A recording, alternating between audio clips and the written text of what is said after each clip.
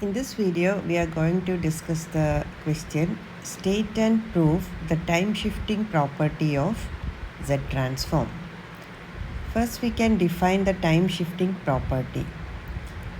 ഇവിടെ നോക്കുക X of എന്നിൻ്റെ Z transform X of Z ആണെങ്കിൽ എക്സ് ഓഫ് എന്നിനെ ഷിഫ്റ്റ് ചെയ്തത്, അതായത് X of N minus M, അതിൻ്റെ സെഡ് ട്രാൻസ്ഫോം എന്ന് പറയുന്നത് z raise to minus M into X of Z.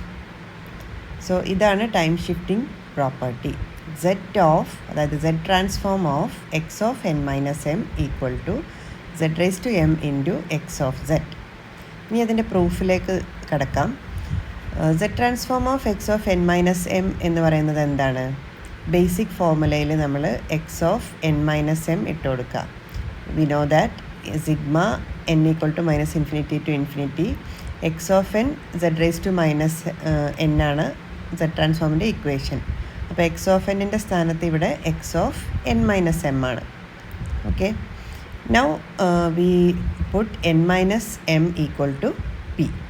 N minus M equal to P ആണെങ്കിൽ n equal to p plus m.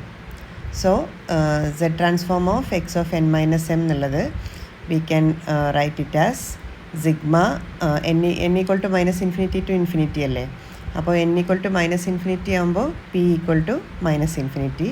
So the sigma P equal to minus infinity to infinity and x of N minus m എന്നുള്ളത് x of P.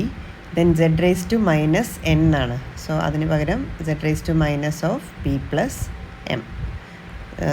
ഇതിൽ നിന്ന് നമുക്ക് Z raise to minus M പുറത്തേക്ക് എടുക്കാൻ പറ്റും. Z raise to minus M into sigma P equal to minus infinity to infinity X of P Z raise to minus P. അപ്പോൾ ഇത് basic Z ട്രാൻസ്ഫോമിൻ്റെ equation തന്നെയാണ്. So this can be replaced as X of Z. So we got the answer Z raise to minus M into X of Z. Hence the proof.